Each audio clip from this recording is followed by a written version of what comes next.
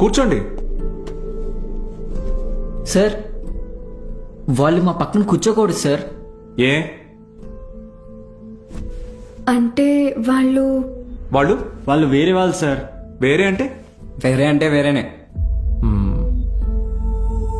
ఫోన్లేండి sir, మేము నుంచుంటాం. అవును sir. బయటికి పోండి. సార్ మేమేం చేశాం సార్? Get out.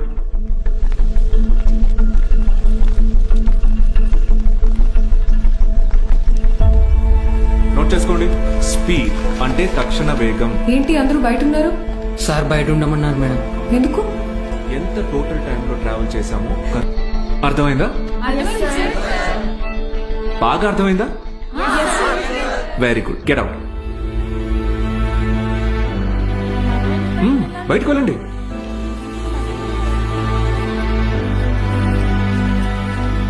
మీరు లోపలికి రండి. వెలాసిటీ అంటే గమన వేగం. అర్థమైందా? మీరు లోపలికి రండి. అందరూ నిలబడండి. Get up get up get up.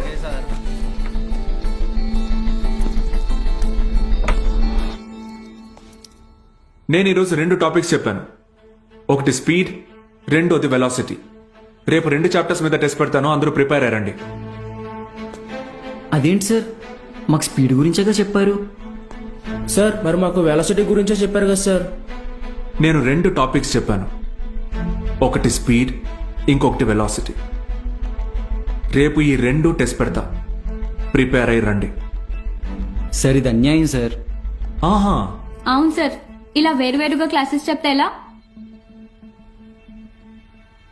60 నిమిషాల ఒక క్లాస్ని నేను వేరువేరుగా చెప్పినందుకే నాలో తప్పు కనపడుతుంటే 17 ఏళ్ళురా మీకు. మనిషికి మనిషికి మధ్య కులం అనే గోడ కట్టుకొని బతుకుతున్నారు. తప్పు అనిపించట్లా? ఆ? సార్ మా ఇంట్లో ఒప్పుకోరు సార్. ఇది మీ ఊరు, ఓకే. రేపు పై చదువులకి టౌన్కో సిటీకో వెళ్తారు. అక్కడ ఇలానే అంటారా? చదువు తర్వాత మీకు మంచి ఉద్యోగం వస్తుంది. మీ పై ఆఫీసర్ మీరన్న వేరేవాడు వస్తాడు. చీచి నీ దగ్గర పని చేయను అని వెళ్ళిపోతారా?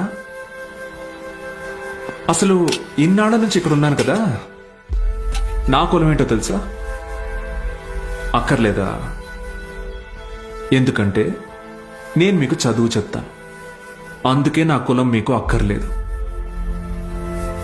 సత్తిగాడితో మీ అసైన్మెంట్ రాయించుకున్నప్పుడు వాడి కులం గుర్తు రాలేదు. ఏ? ఎందుకంటే అవసరానికి కులం ఉండదు. అలాగే అవసరం లేని మనిషి ఉండడు. ఇది మీకు అర్థమైన రోజున మీ మనసులో కులం ఉండదు.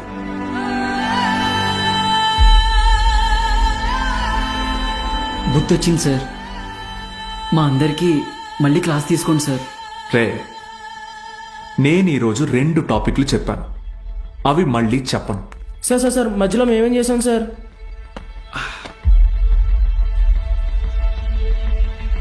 రే వీరన్న, సార్ చెప్పిన క్లాస్ నీకు బాగానే అర్థమైందిగా? అర్థమైంది. వెలాసిటీ గురించి నువ్వు నాకు చెప్పు, స్పీడ్ గురించి నేను నీకు చెప్తా. సరేనా? రా. పద్మావతి